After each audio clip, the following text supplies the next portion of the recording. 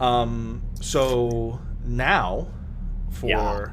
this session, we are actually going to do something a little special.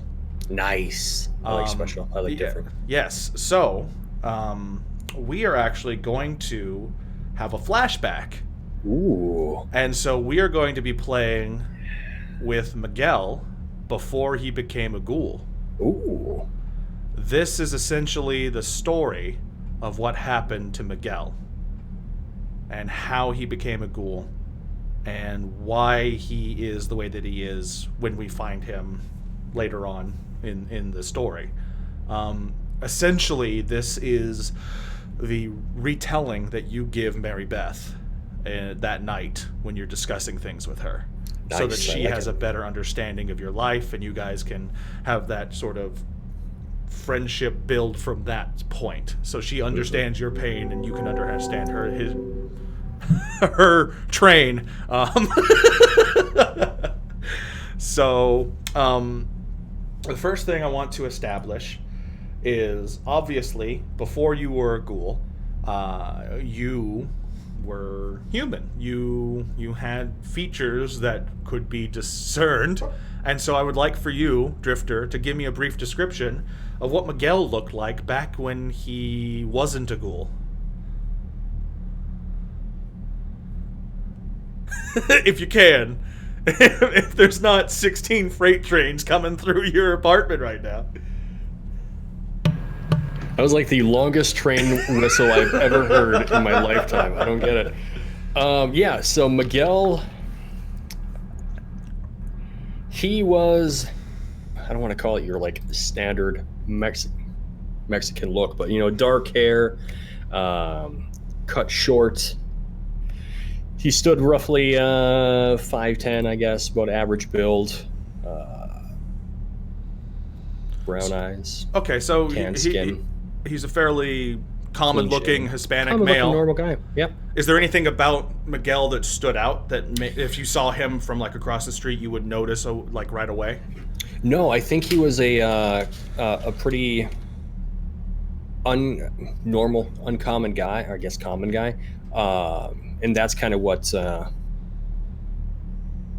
ties in so well with his sniping ability. He doesn't stand out. He doesn't. Sure. You know, he kind of blends in with the crowd, kind of thing. Mm-hmm. Okay, yeah, that makes sense. What was Miguel's personality like? Like, was it any different than it is currently? Because right now it Yes. seems like, Miguel's very serious, but he masks that with a sense of humor. Yep. He was really happy. I mean, he was a happy guy. He lived with a family, and they provided. They lived in the town. El Alambre. Yep, the wire. And that town, everybody provided for the community. So as long as you had a skill and you provided, you lived there happily and freely. And that's what he did. He hunted. Very happy family man. Loved his kid. Loved his wife. And yeah, so he wasn't very gruff and sarcastic, although he was kind of threw out a lot of dad jokes and whatnot. Sure. Sure. Yeah. And so, yeah, that makes sense. And the other thing is, this was back when your family was still alive as well. Yes. Your wife and your daughter, Maria and Alejandra. Maria Guadalupe Garcia and Alejandra Rosario Garcia. Yes. My daughter. Can you give like a brief description of both your wife and your daughter, just so that we have an idea of it as we're going through? Because they're going to be in the story, essentially, Yep. as we go through it today. Yeah, Maria had, she was a very loving mother. She taught, she was a teacher, loved kids and loved people in general. Very open and welcoming, kind of a lighter haired woman, like a light brown, shorter, probably about 5'6", 5'5" in height, lighter auburn eyes. My daughter kind of took after her mother more, thankfully, than her father, following in the same vein with the lighter hair, smaller. Yeah, in general, just happy, boisterous people. Cool. Awesome. All right. She loved reading, probably because of her mother. Yeah, definitely. That makes sense. Okay, let me send you the link here for the sound effects. They look very lively. Yes, at this point in time, they do. They're very lively. They're very much alive and enjoying life.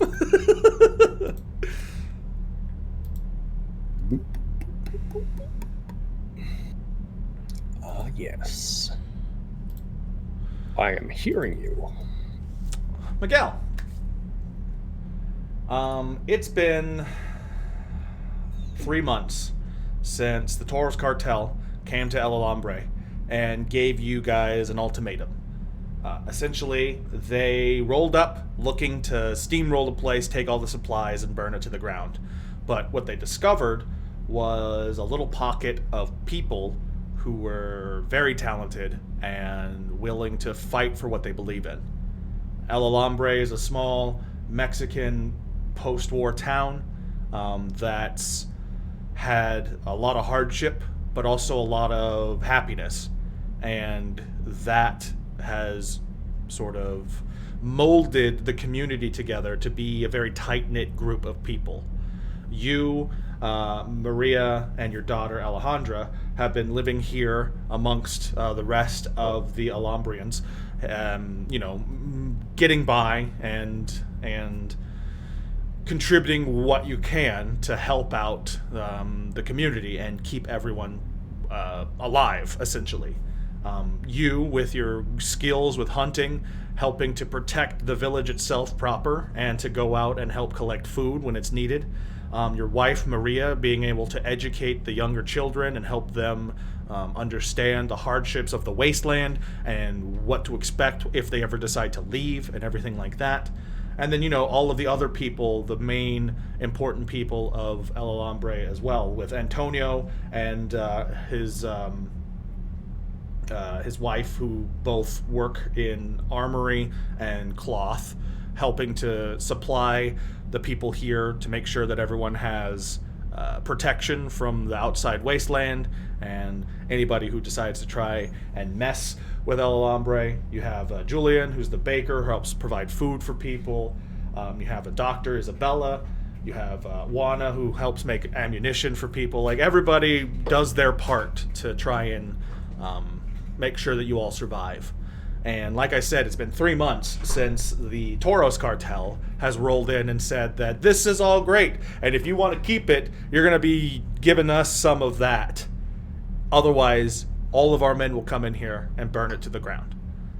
And rather than fight that, everyone sort of agreed that it would be best for the families, the livelihoods, the children, that it would be better to just give the Taurus cartel what they want and hope that they stick to their end of the deal. And so you, especially, has been utilized for your skills in ways that have made you regret agreeing to it and very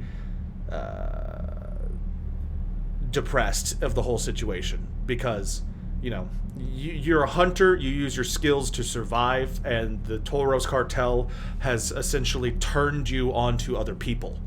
They're making you hunt down people that they don't like, potential rival gang members, leaders, stuff like that, and told you to kill these men for seemingly no reason other than their own greed and power moves that they're trying to attempt, and threaten you and your family with violence should you decide not to. So, today, it's a day where you sort of have your own free time. Essentially, you're allowed to live in your village and do what you want, but every couple of weeks, Rico and some Tauros men come and gather you and a few of the other people in the village to go out on a mission. Sometimes it's to collect somebody, sometimes it's to kill somebody, other times it's raiding smaller villages that are further out. You're gone for weeks at a time, everything like that. Your daughter Alejandra is always confused because you try and keep that stuff away from her so she doesn't have to know exactly what's going on, partly because you don't want her to have to deal with the trauma associated with that, and part of it because you feel ashamed, kinda, of having to go through all of the things that you do. And so today is sort of like a free day for you. You're spending time with your family. You and Maria are outside of your home, just sort of sitting out on the porch, watching Alejandra run around and pick wildflowers and, just laugh and have a good time. And Maria kind of looks over to you and she's like, she's growing up so fast. I don't know what we're going to do if she decides to take an interest in boys one day, because it's gonna be we're gonna have people banging down the doors. And she just gives a small smile. She's just such a wonderful bundle of joy.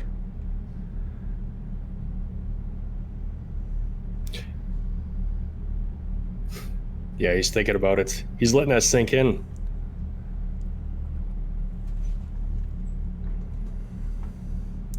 Because he's feeling the weight of everything you just said, because it's not nice. The contradiction of, her growing up and becoming a woman, but under the rule of this group. And that's not a pleasant thing in his mind, this cartel.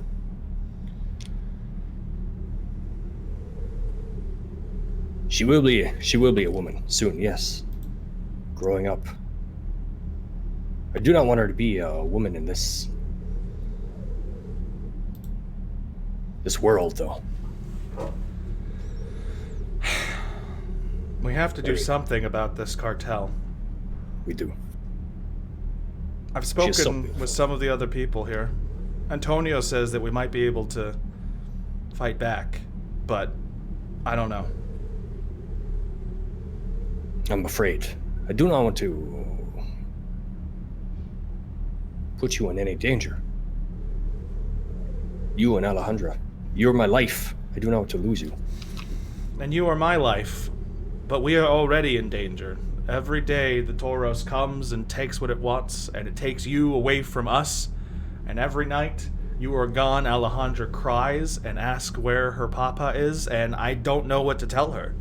And I don't know whether or not he will come back. And it's really difficult to try and maneuver around this. I will always come back. You better. And she sort of gives you a smirk. And she gets up from her chair. She's like, okay, Alejandra, it's time to come inside. And you see... Yes, dear. Come here. You see her. She's running around. She's just picking flowers and pulling, like, random grass weed out of the ground and running around, just having a good time. As children in the wasteland do. Yes. She sort of stops what she's doing and looks up. She's like, "Aw, but Mama, I'm picking flowers for you so that I can make you a pretty flower crown." I think it'd be all right to let her pick a crown.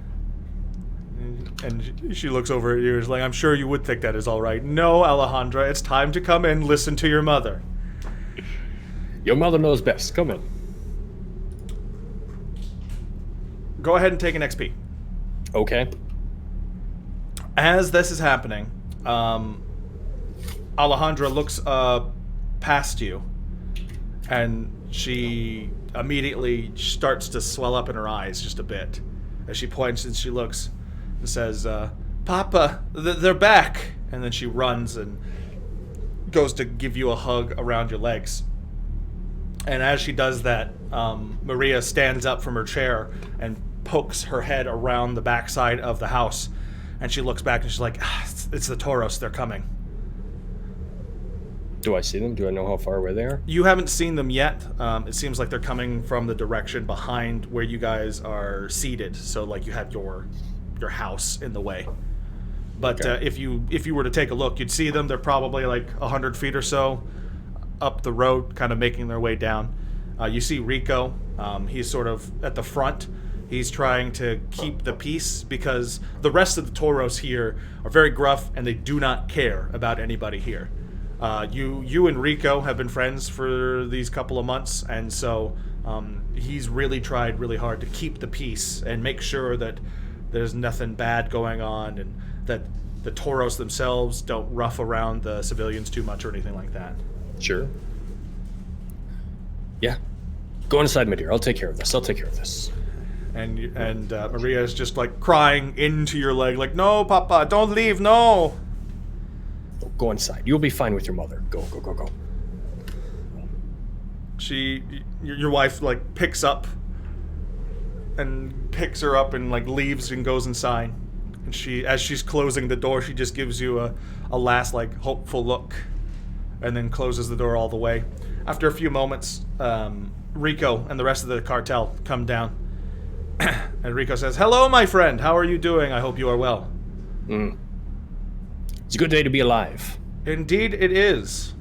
Come, we have work to do. Yes, indeed, we do.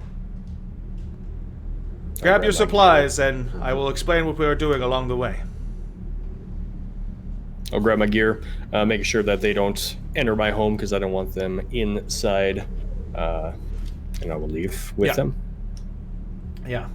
Rico makes sure that everyone stays outside while you go and collect your things. When you come back, Rico sort of continues to walk through the village and explains that he's recruiting a couple of young men to come with him to do this particular job, whatever it is that they're doing, and says that where we're going, there is another cartel that is awful. They're just terrible, terrible people. Like, they're monsters. What did they do? They're slavers. They've enslaved women and children. We have word that they are moving through areas, just kidnapping people left and right, trying to sell them off to other groups. And so it's our job today to hit their main base and wipe them all out so that we can free everybody and liberate the people, is what Rico puts it as. What up till this point, have I been going on missions by myself, or has there been missions with other people as well? It's, for the most part, odd. Yeah, it is a little odd. For the most part, it's been you and Rico going off and doing things. Rico's been your spotter for a lot of these solo missions, just helping you out, and that's where the camaraderie comes together, because you guys have gotten out of a lot of sticky situations that you probably wouldn't have had you not had each other's back, kind of thing. You've only gone on one other mission for the cartel where other people were involved, and it was a shakedown, essentially. You traveled across the way with a bunch of the Tauros cartel, got to a village, shook it down. You did exactly the same thing that the Tauros did to El Alambre, essentially. And that didn't sit well with you that day. Yeah, I can imagine. Yeah, I'd be more interested in trying to not include anybody else, just try to limit. I guess my whole disposition in this entire situation would be to limit their stranglehold on our people and on our goods. So the less I can get other people involved in our situation, the better. That's where my mindset would be. Right. Trying to obviously get them out of our city. So I'm trying to play that game with them, I would suppose. Sure. Yeah. No, that makes sense. Like, yeah, Rico, well, we do not need these other people here. We don't. Just you and I. We can go and do whatever this mission is. Yeah. Forget these other people. Unfortunately, my friend, I have my orders from the lieutenant. We need at least these men and 2 more to do what we need to do. You said these people are bad. Yes. Like, they take over cities and steal goods? No, far worse. Rape, pillage, salt the earth, burning down homes, killing people, killing whole families to leave one alive, like just the worst kind of people. Okay. They must be stopped.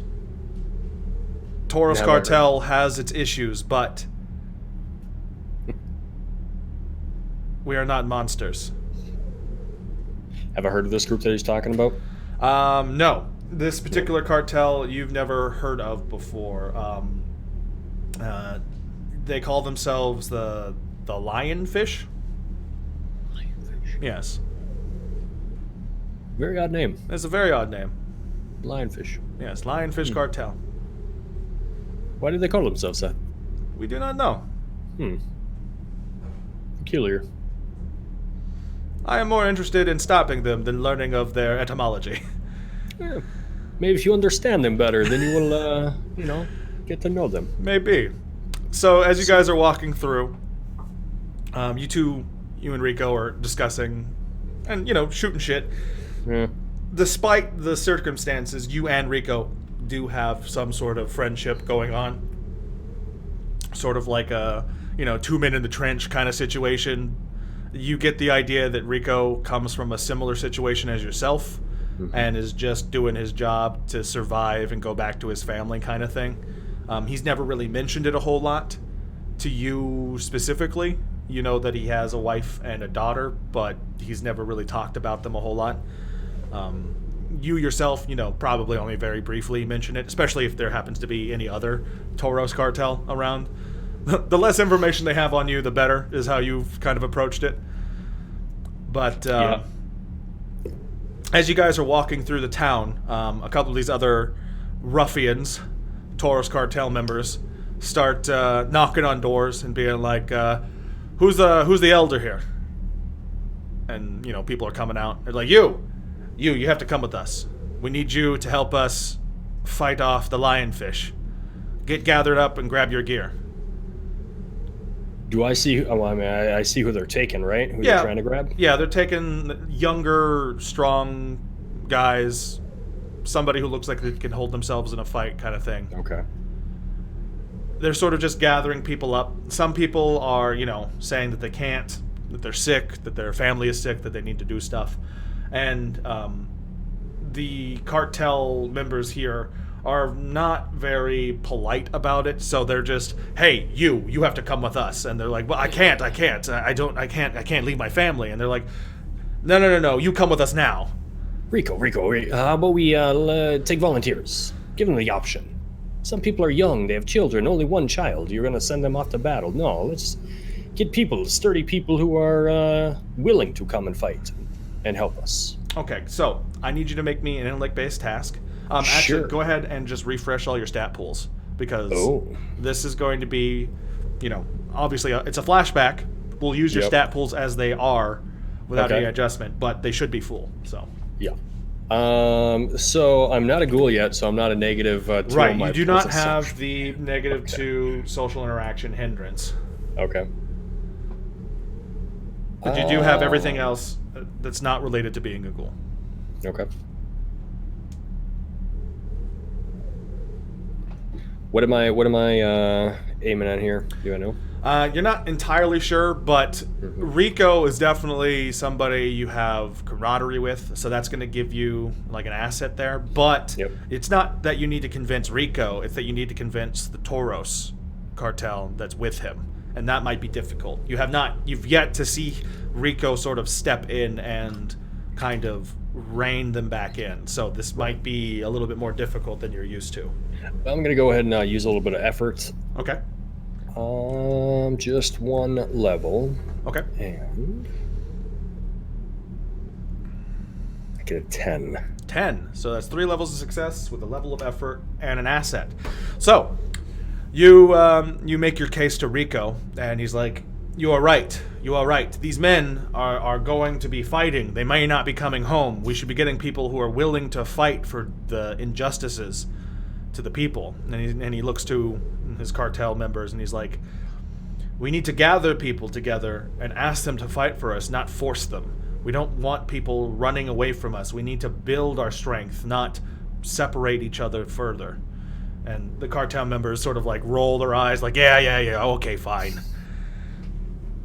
And from that, you're able to ask for the rest of the village, people who would be willing to come and do this. And with that, you find 2 other people who would be willing to come and help out with this particular expedition.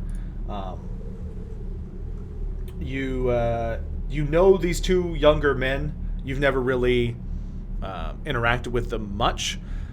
They have just now, in the recent years, come into manhood, essentially. They've been younger teenage guys. They're now finally like out to prove themselves kind of situation. And, you know, they don't have anything holding them back, so they're more than willing to help out the cause. When you are there, they see you, they know all the things and the good that you've done for the village, so they're like, yeah, absolutely, we will come and help, kind of thing. Kind of rubs me the wrong way, though. Doesn't it? Yeah. Like, yeah. Just so there are 2 that are coming from the village plus me. Then there's Rico, and how many guards are there right now? 3 other cartel. 3. Okay, gotcha. Do I know what their skills are? Do they have any special skills, these other people? Or it's kind of young and...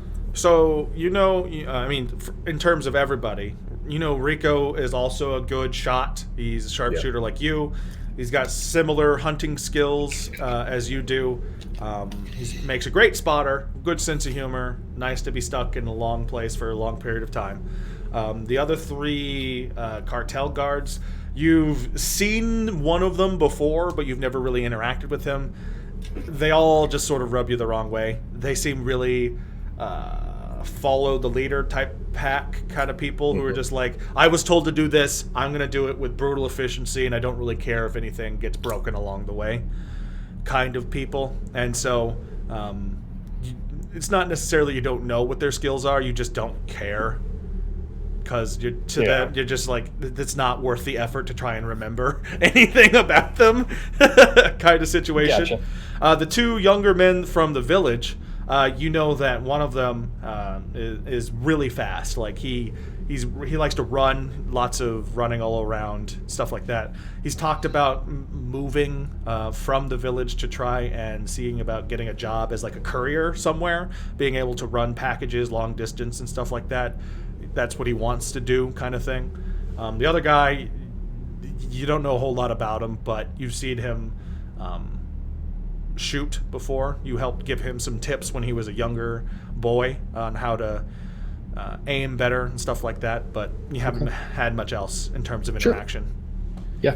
Yeah, they're coming towards me. I just kind of whisper to them off to the side, you know, pull them over and be like, when we go out here, the most important thing is that you guys survive. You do not, if you are in any danger, just get out of danger. It's the most important thing, you make it back home. Okay. Yes. Thank you. And so I'm sorry to do this. Yeah. Rico leads you and the others out of El Alambre and out into the wastes.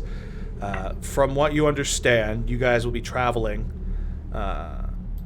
for a while, probably at least a day, to go out to wherever this village is or settlement or whatever. Rico doesn't give you a whole lot of detail in terms of where you're going, just says that he knows where it is. And any time that you inquire about it, he gives you, you know, like a smile and a wink, like, do not worry, your friend will get you there in the end, kind of situation. And you guys travel for a whole day. Nothing really happens during that day of real note, other than the fact that, you know, the 2 other Alambrians who are with you, they seem very chipper about this whole thing. Like I said, they're younger, not naive. They really feel like this is a good opportunity to prove themselves. And one of the cartel guys talks with them during this traveling, being like, if you guys prove yourselves this, you know, there's always a spot in the cartel for you to be able to prove yourselves further. And one of them, the shooter kid, is like, that sounds like something maybe I could do. The runner guy is just like, I don't know about that. Yeah, I guess if I notice that and I see that, I try to kind of counter that and be like, you know, you do not have to do what the cartel wants you to do. You can go off and you can become, you know, a hunter, or you can go off and fight, or not even fight. You can go off and become a ranger somewhere. You know, you don't have to go and join the cartel and be a part of this if you do not want to. The Tauros member who was talking looks at you, not confused, but it was sort of like an indignant look. Like, really? You're gonna fucking say that? Like, that's the look on his face. But he doesn't say anything besides that. He just sort of huffs and is like, oh, you get the feeling like if this were one of those Telltale games, you get that notification. The Tauros member cartel will remember that kind of thing. Yep. And so... I believe in freedom of thought and freedom of choice. Yes, and Rico speaks up at that. He's like, yes, cheers to that, my friend. And he takes a swig from his water flask, canteen, that's the word. Flask, whatever. And you guys just kind of go out and continue on your way. After a day's worth of travel, you find yourself sort of in the middle of nowhere. Finally, Rico has gotten a little bit more serious because you guys are getting closer to what's going to be happening. And he goes on to explain that this particular encampment that you're coming across, some Tauros have already scouted the area and given them some of the intel of what to expect going in. This place has a couple of tents set up all over the place, with one of the main tents containing all of the people that have been kidnapped. Women, children, stuff like that, to be sold into slavery. Okay, so it's not a city, it's just an encampment? Yeah, it seems to be some sort of like nomadic encampment that's moving from spot to spot, and they finally tracked it down to a spot that they're going to be for a little bit. Yep. The lionfish are looking to be making a deal within the next coming days to sell off all of these people, and the Tauros have tried to infiltrate that particular deal, and they've gleaned some information to figure this all out, essentially. Rico says specifically that, he had to get in contact with some of these people and pretend that he was interested in buying children. And you could tell that the look that he has on his face when he says that, he's very much disgusted with the idea. And as am I. And he's like, so when we go in there, we need to be swift, we need to be righteous, but we also need to be cautious. These men, these monsters, do not care for human life and are completely willing to allow these people in there to die in order to save themselves. If we if we can do this correctly, we can get everyone out of there alive. Yeah, I'll just be like, right, boss, what's the plan? And he's like, yes, plan. You have a plan, correct? Absolutely. Rico, you can see he's not giving a whole lot of thought to that. Oh, just like the cartel. You see, you want to work for these people.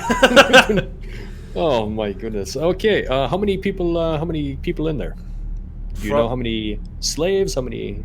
From the information we've gathered, my friend, I'd say at least 10 slaves, a mixture of women and children.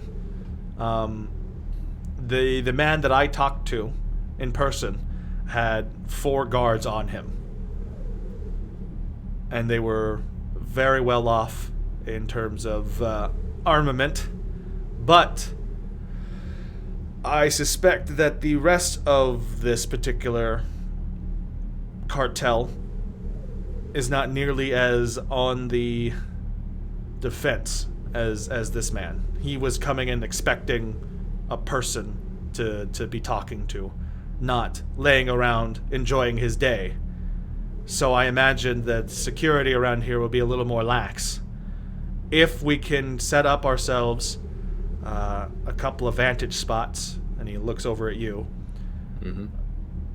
Miguel and I should be able to provide covering fire while you two, as he gestures over to the 2 Alombrians, can assist these 3 over here in sort of sweeping through the tents and taking out men. If we do this right, we should be able to go tent by tent and wipe everyone out. And any stragglers who come out, we can take care of them. Do we know, is there a situation where they have the slaves in one tent and the rest of them are in other tents? From the intel that you got, that's the situation. There's a main tent that has all of the slaves in it, and then a couple of regular tents where just all of the men and people are just kind of hanging out and doing their own thing. Yeah. So yeah, I would. I would obviously think that the bigger tent would be the one for the most part, the one with the more slaves, more people. Yeah. In it, so probably aim to start there first, and I would definitely look for a position in the area. Meanwhile, conversing with the two from the village and be like, remember, your lives are the most important thing. Get out if you are in over your head.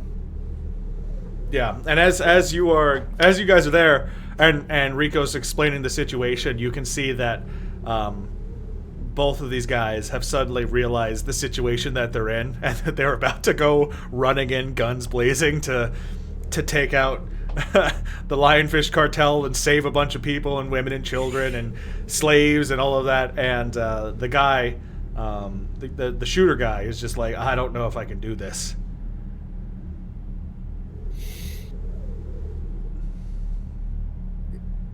Yeah, I don't want him to do it. So, Rico, maybe if he is not comfortable doing this job, it's best not to send him in. And Rico looks over at him and he's like, that is very true. We don't want the others to get killed because of your incompetence. He is a good shot. Maybe he could be on the outside as well. At that point, the cartel member who gave you that indignant look earlier speaks up, and he's like, no, this is a moment for him to prove himself. And he walks over to the guy and gives him a little shove on the shoulder. Man up. There are men in there who want to kill you. There are women and children who are needing your help. You need to get in there and you need to help them.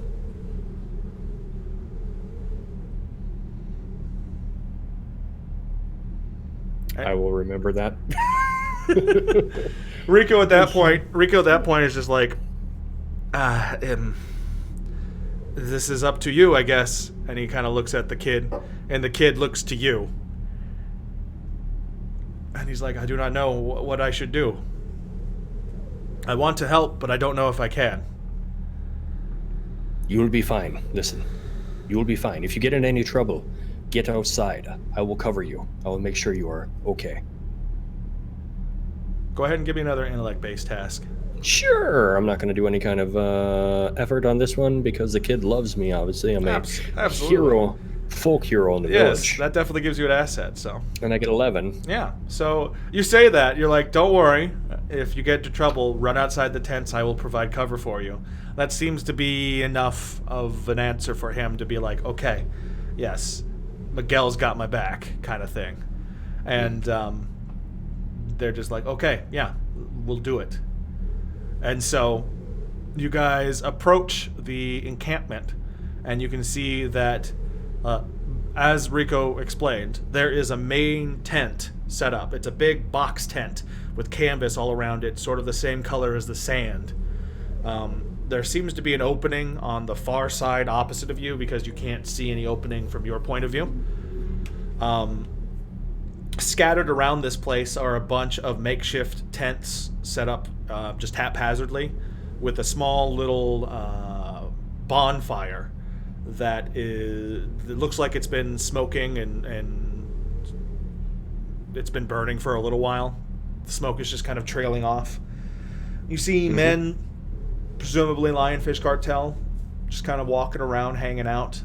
Some of them have guns. Some of them are armed, but don't seem to have their weapons drawn in any sort of way. There's definitely... They match the numbers that I've heard before. One guy, 4 guards. Yeah, so from what you can tell, just outside of this area, there's probably like 8 of them wandering around or hanging out. But the sound that's coming from the area lets you know that there's definitely a lot more. Lots of voices coming from the area. So you don't have any specific numbers at this point. to do that. Rico, as you guys approach, says, this might be a good idea to first maybe let us get into our position, and then we will get in contact with you to get Rico, this do we have any explosives? He's like, I thought you would never ask, my friend. And he pulls out a small little bundle that's wrapped in cloth, and he opens it up, and you can see some pipe bombs. Yeah. Now, would you say, as the DM, if I shoot these, would they blow up? There's a fairly good chance. Most pipe bombs in general are, especially wasteland variety, are just stuffed with black powder and shrapnel, and then capped off with like anything that could be some sort of thing to set it off, essentially, like like a string that's been soaked in black powdered water, a rag, anything that can set this thing off. It would probably do it. So the only thing is, the pipe bombs are probably a foot long and maybe like 2 to 3 inches in diameter. So the further out it would be pretty difficult to hit from a good spot. But you being a sharpshooter, that may not necessarily be an issue, especially if you have some time to line up your shot. So, if your men here on the ground can get it set up in a couple of distinguished places, you might be able to just line up your sight, take enough time, and then fire. Mm-hmm. Yeah, that's kind of the idea. I'm thinking, okay, if these guys are in trouble, maybe to create a distraction for them to get away, I'd want them to put them on the other tents that don't contain the slaves, and then I could shoot them and, something. Either protect them or cause a distraction to let them get away. So that'd be the idea.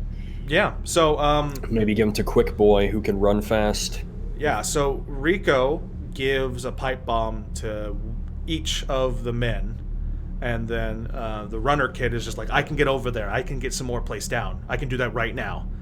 And Rico's just like, okay, yeah, and hands him a couple of extra ones, and he immediately sprints off and just goes off, and you can see him hiding and running around and hiding between barrels and stuff like that.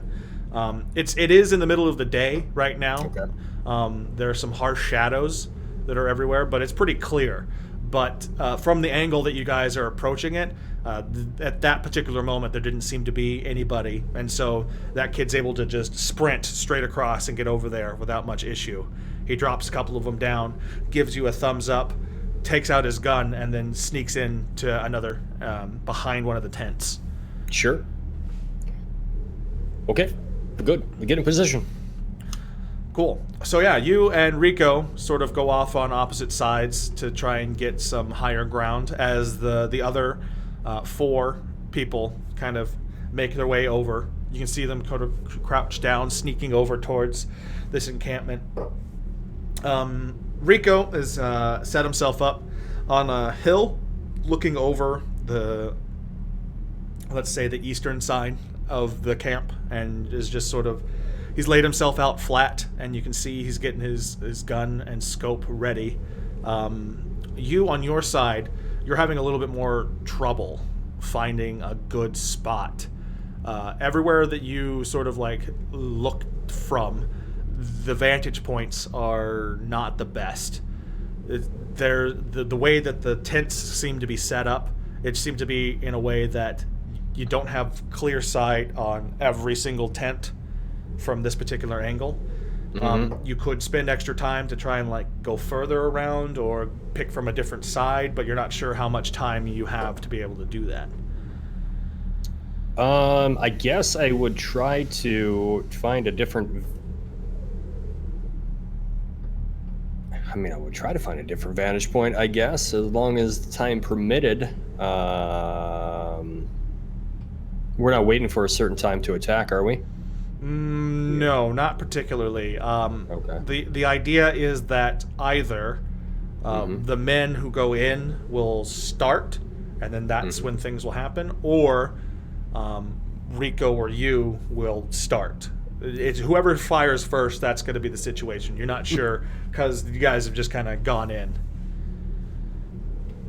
Yeah, if it's not going to take me very long to get to the next vantage point, I guess I would try to get over there. Cool. Yeah. Go ahead and give me a speed-based task. Sure. I will put effort into this because I know time is somewhat of an essence here. Gotta hustle. Yeah. And that's actually going to only cost me 2. So, 15. 15, nice. So 5 levels of success, level of effort. So yeah, you quickly are like, okay, this isn't gonna work. So you start going a little bit further back. You find yourself a nice little sand dune that's a little bit further out. It takes you a little bit to get over there, and you're definitely going to have to start compensating a lot more when taking your shots, but it's nothing that you can't handle. It's not like you haven't done that before. It's just if anything bad happens and you have to run in there, it's going to take you a little bit longer now. And you were hoping to stay a little bit closer in case things got hairy so you could get in there. But this will do, is what you kind of say to yourself as you lay down over the sand dune and get prepped. Miguel is good at compensating for his, I'm sure he is. You set up your 308 rifle. You got your scope ready. It's the trusty monocular scope that you've sort of fashioned for yourself. You get it all set up and lined up, and yeah, you start watching the area. As you're watching from your point of view, you see a couple of lionfish men just kind of walking around. You can see the Toros cartel members sneaking around the sides of tents. They've been placing pipe bombs at the corners of tents on either the east side or the west side from where you guys are, so that you have clear shots towards them. And you see the running kid from Alhambra. He's also making his way around another tent, placing a pipe bomb. You haven't seen the other gunner kid yet. He ran in there with the 3 cartel members, but you haven't seen him yet. He's probably somewhere around a tent on the wrong side from your vantage point. But yeah, and at that moment, like, everything's sort of still. The wind is the only thing that you hear as it's kind of blowing into your ear over. It's kind of like the quiet before the storm. Nothing's happened yet. Now, I do have assessing danger, so I'm hoping that would help me out in this situation, maybe with the group too, to see if anybody's in trouble. Yeah, absolutely. So you're I mean, with your assessing danger, you know that this is a tricky situation. Yeah. But as it is right now, you're fairly confident that this is a solid plan. There's nothing immediate. It was like, oh, well, we're completely screwed kind of thing. Like, this is a suicide mission. No, this definitely seems like a good plan of action. Before we jump into this plan of action, let's take a quick break, and then we will jump back into it and do all of the fun stuff. Okie doke. So yes, we will be back in just a moment, and we will continue with more Fallout Cypher after this. BRB, yo.